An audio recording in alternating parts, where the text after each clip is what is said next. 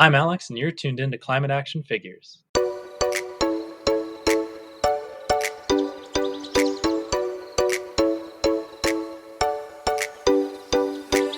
Hello and welcome to the freshest edition of Climate Action Figures, not even close to its best before date, I may say. My name is John Whidden, and this week on the show you get to meet Alex.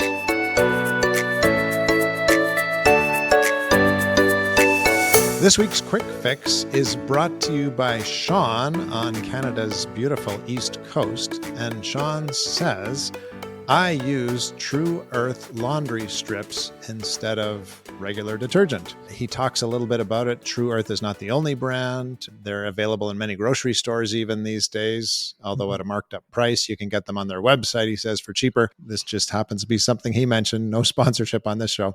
But there you have it from Sean on the East Coast. And Alex, welcome to the program. It's lovely to be here. And what do you think of today's Quick Fix? Yeah, I've heard of laundry strips, but to be honest, I don't entirely know what they are, though I do really like machines that do things in a more efficient way than we do them by hand, like how dishwashers are actually more water efficient than washing dishes by hand. Right. So if there's a way to improve that for my laundry, that'd be lovely to hear about. I can fill you in a little bit on this because thanks to Sean, our listener from the East Coast, I actually tried these laundry strips now. Actually, I started with True Earth, and now as we may have talked about last week with Kate, we get our laundry strips from our local refillery. So there's not the packaging and everything else that goes with it. Although True Earth was pretty great with packaging. It was all cardboard based. But what it is, Alex, is these little strips that are about 10 centimeters by 5 centimeters, let's say. And you just tear one off and throw it in instead of using laundry detergent. And the benefit, of course, is liquid laundry detergent is so heavy. It has a huge transportation cost to it. Even powdered detergent weighs a lot more than these things do. They're super thin and light. And in our laundry for a year now, they've worked really well. So that's laundry strips for you. Sounds convenient too, you just toss it in. You know what we should do is we should give some away on the show.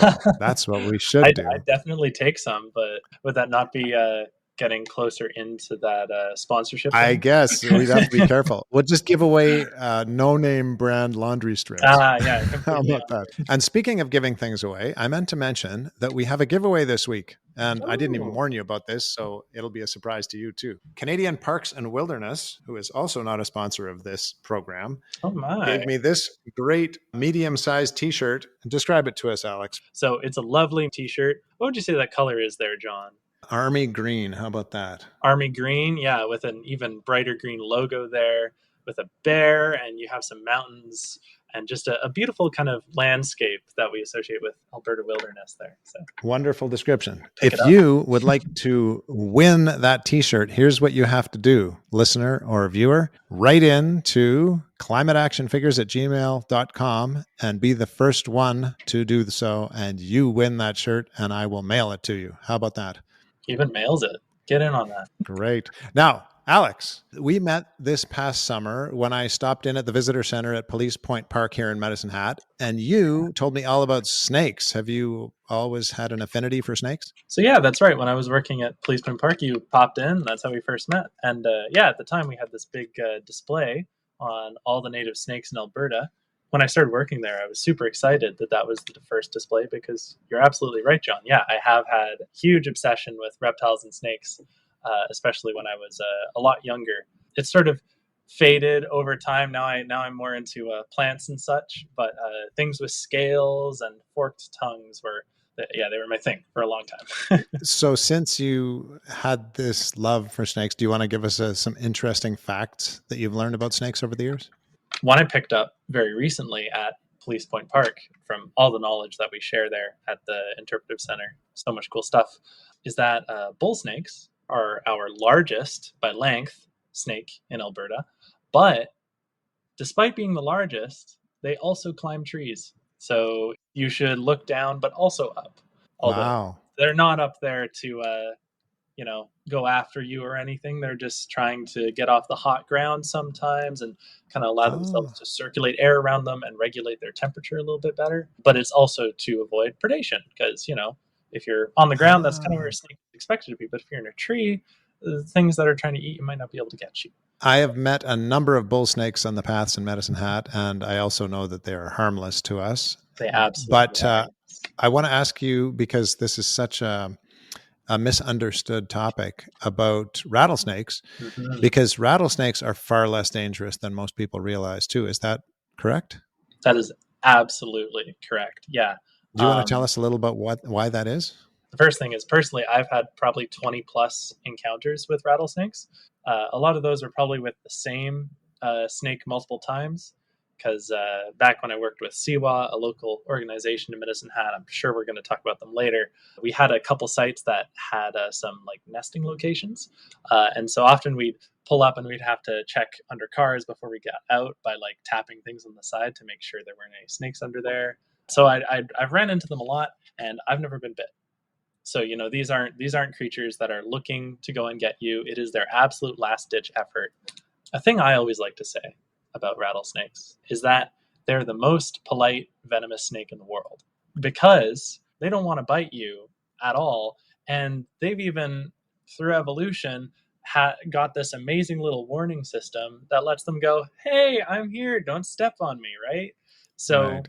they're super nice, and it became such a regular occurrence for me when I was working at SEAWA that I would sometimes go, "Oh, hey, thank you," and would like actually talk to them like that, like they were giving me a friendly warning. So Well, if you have a relationship with rattlesnake, far less chance that it'll attack you, right? exactly right, yeah, respect to you. So the rattle is not, I am attacking you. The rattle is, don't come much closer because I'm not very comfortable. Is that Exactly. right? Yeah, the western prairie or plains rattlesnake, depending on how you say it, they would have evolved alongside with bison and huge herds of bison and buffalo Mm, all over the Great Plains. And I think the biggest hazard one of those has to a snake is getting stepped on. So right. I've always assumed that the main reason that they ended up evolving a rattle to warn is just so they get stepped on less frequently, because that's really dangerous for Right. a snake. Right. And Alex, it seems to me that when we talked about it this summer, you said something about rattlesnakes having very little venom, so they have to use it very judiciously. Is that correct? It takes a lot of time to produce their venom. That's just stored in these little venom glands in the side of the head. It's why they have that kind of like curved out head. That's where that's stored along with their Oh, jaw cool. muscles, so they get a pretty big bulge there. They don't produce a ton, and that actually leads to a lot of their defensive bites being entirely dry without injecting any venom at all. Oh. So they know that I'm probably not going to be able to eat this giant 6 foot tall biped right here. So I might as well just, give them a bite that'll hurt, but not waste any of my resources, because that's more Oh, productive. interesting. So Yeah. they get to choose whether they Yeah. inject venom or not. Wow. Not entirely all of them. There's always been a warning that young venomous snakes are more likely to inject venom because Oh. they have less control. I don't know if that's highly researched, but that's always been like a wildlife safety thing. Is just like handling juvenile snakes is sometimes actually more dangerous when it comes to venomous ones. Okay. Yeah. I have to run one more snake thing past you, because when I was at Dinosaur Provincial Park a couple of summers ago, one of the interpreters there told me that no one in recorded Alberta history has been killed by a rattlesnake. I'm not sure if that's true. That's what they said, anyways. I think that would be a really safe assumption. That'd be accurate. Ultimately, we don't need to be so scared of rattlesnakes. Definitely, Be yeah. aware of them, but don't be scared of them. Yeah, Very good. honestly, as long as you don't step on them, you're probably fine. If you see one, the best thing you can do is just not move and figure out where it is, and then just take a couple calm steps back, and you're golden. You're great. Well, we're getting off on our favorite topic, apparently. So, since we're not on climate action reptiles, let's move it along. Absolutely. But that was very interesting. Thanks for sharing all that with us.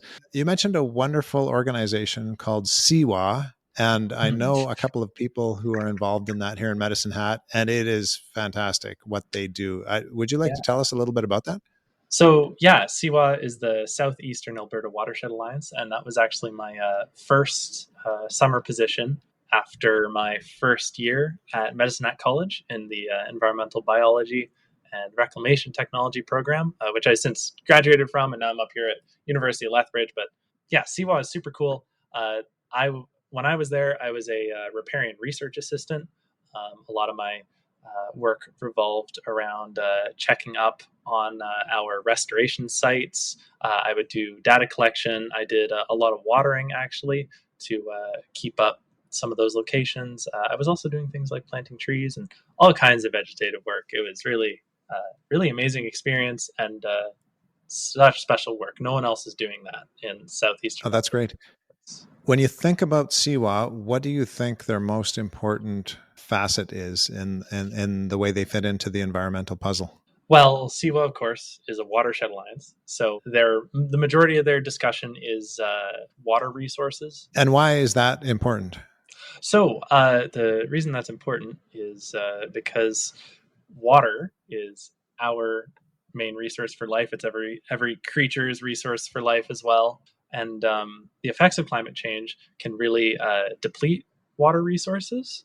And as we go forward in time here, we're going to have to manage it smarter and smarter. And so, a thing I wanted to touch on was that the Watershed Alliance focuses on the watershed. So, while our main discussion is on water resources, a lot of the work that goes into that is actually entirely unrelated from water. We're always trying to make sure that we have healthy riparian ecosystems. So, a riparian ecosystem is the ecosystem that exists on the side of a channel of water. So, if you had like a creek here, you'd have a riparian ecosystem here and here on the different banks on the side. And these can be like wide open, long, like huge floodplains, or they may be just tiny little rows of like super dense trees and things like that. So we do a lot of work entirely unrelated to water to help our watershed be healthier, more biodiverse, more resilient to climate change, and can even have some positive effects that lead to reduction of CO2. Like there's a lot of carbon sequestering that can happen. The plants just suck it straight out of the air. It's amazing. Very cool. Yeah. Now, you did mention that you're at the University of Lethbridge now. Tell us what you're taking these days. Yeah, so I'm super fortunate to have the opportunity to transfer out of my diploma. So I graduated Mesnat College with a 2-year diploma in environmental biology and reclamation technology. But there's a transfer agreement where I just do 2 more years up here at the University of Lethbridge, and I get a full degree in environmental science. So I'm kind of getting this like 2-for-1 4-year degree, and it's awesome. I'm having a really good time up here. And as you work through this degree and then move on, where do you see yourself in 5 years? Oh man, that's always such a loaded question, you know? A really intense thing to consider. I want to keep doing what I've started. I've kind of been slowly specializing more and more into work relating to vegetation. I'd love to, at some point, pick up the professional title of a botanist. That's been my driving goal, I think, maybe since I was about 16. So hopefully doing that. I know there's a lot of work in this province doing things like rare plant surveys, which is something I'd love to do. But, where we met at Police Point Park, I got to work with a lot of young people and community groups, and I did a lot of interpreting, which is kind of like teaching. And I discovered it's something I really like. I always had a hunch that I'd enjoy teaching. So if at one point I can end up being an educator in any aspect, whether that's like a big university professor who spent 30 years in a PhD, or if it's just, community workshops and things like that. I want to keep that in my life. I really like working with people in that way. Alex, we've talked with a number of guests even this season who are actually studying at university some sort of environmental program. And one question that I have not asked anybody that I'll ask you now is, at the end of some sort of environmental degree, are there a lot of jobs out there? I remember starting at Medicine College. That was the biggest thing that they're always talking about when it comes to recruitment, but it is actually true. This isn't a lie.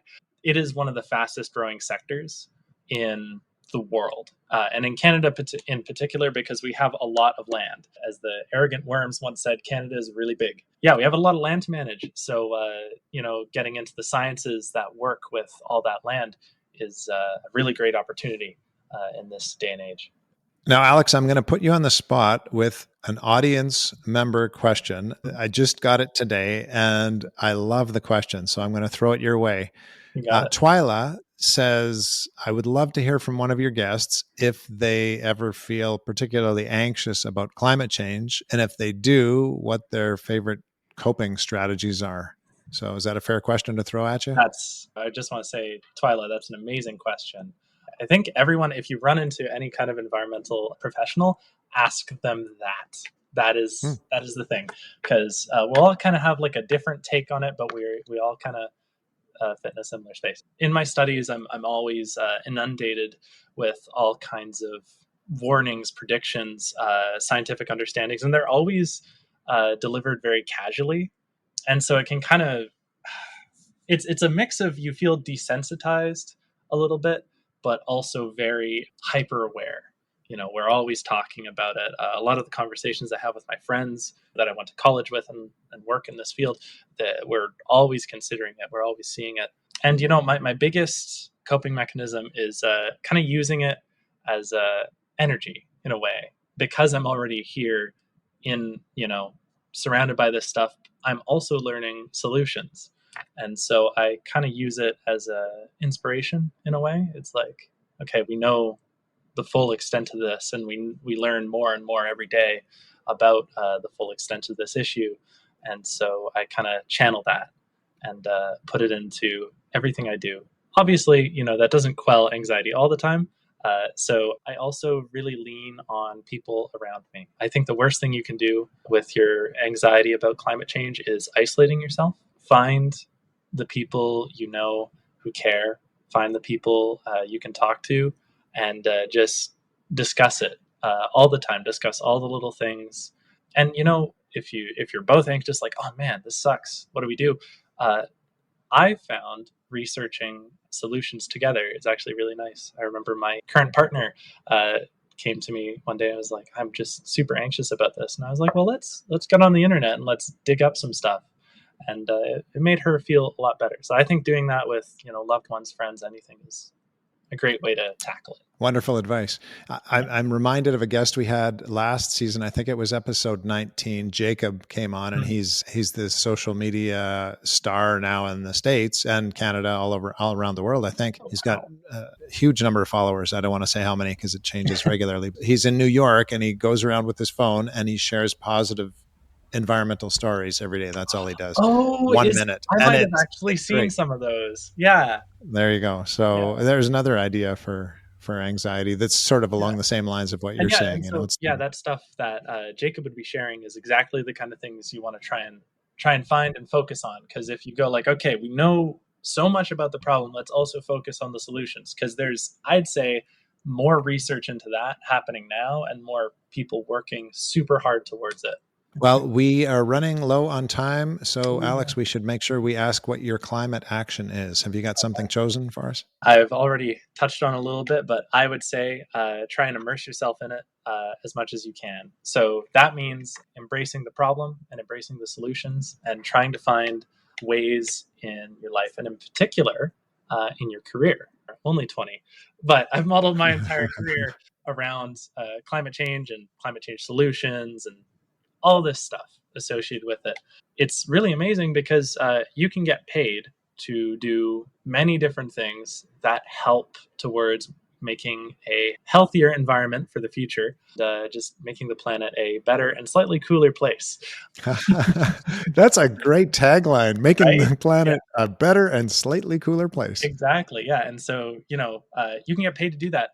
But even, if you're not like me, and you're not straight into this, or if you're already in your career, there are ways to get into it. I actually remember a conversation I had with my dad very early on when I was figuring out what I wanted to do. He's a software developer. And I was like, yeah, but, there's not really anything associated with climate change in that. And he was like, oh, no. Who do you think makes the websites about climate change solutions? That blew my mind. And now I think about that all the time. It affects all of us.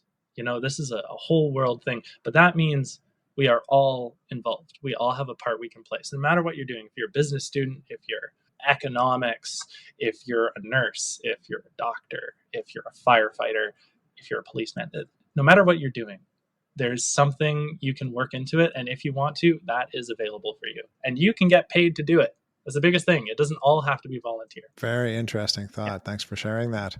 And one more question that we've sort of touched on already, I think, but what gives you hope these days? The biggest thing that gives me hope is how many people care so much, and especially how many professionals there are out there that have been, focusing on this stuff and continue to every single day, and sometimes in the face of some really serious adversity.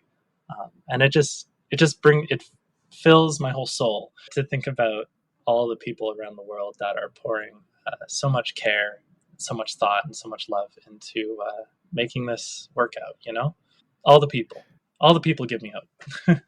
That reminds me, a few weeks back, with the hurricane that battered the coast of Florida and Yucatan and other areas as well, there was a big social media sensation that was a weatherman who was talking about the hurricane, and he became very emotional. And maybe that's part of it, right? Is that part of what you're talking about? I am very familiar with the clip you're talking about. I saw it myself. In that moment watching it, I felt very connected to that person.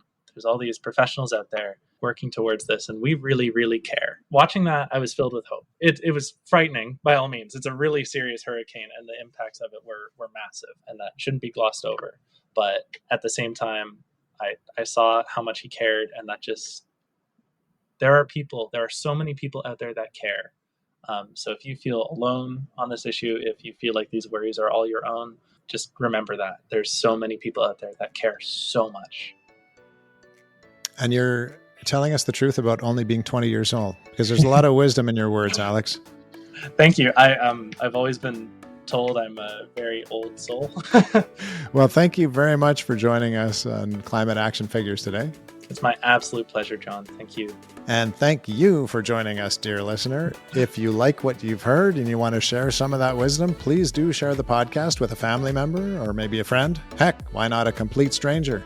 Yeah. Tune in again next Tuesday to hear from another climate action figure. And until then... go figures. Only remembered because I wrote it down. This has been Climate Action Figures. Our show is produced and hosted by John Whidden. Our creative consultant is Kayla McIntosh. Our theme song is Hawaii Vacation by Tavari. You can find us on Instagram, Facebook, and YouTube at Climate Action Figures. That's all one word.